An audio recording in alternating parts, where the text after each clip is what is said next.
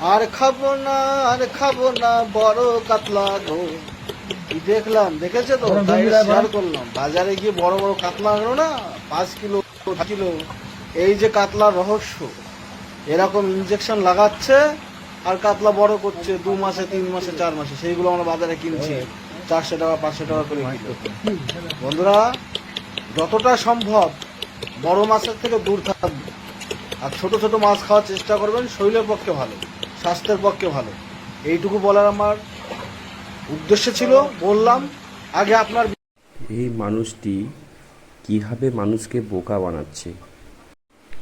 মাছে ইঞ্জেকশন অবশ্যই হচ্ছে, কিন্তু মাছটাকে বড় করার জন্য নয়, মাছের পেট থেকে ডিম বার করার জন্য।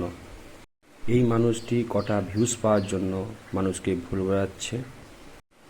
এই ভিডিও যদি ভুল হয়ে থাকে তাহলে আমি অবশ্যই আমার ইউটিউব চ্যানেলে গিয়ে দেখে নেবেন যে মাছের একটা এরকম ডিম বার করার প্রসেসিংয়ের ভিডিও আছে, অবশ্যই আপনারা দেখবেন। যদি ভালো লেগে থাকে চ্যানেলটি অবশ্যই সাবস্ক্রাইব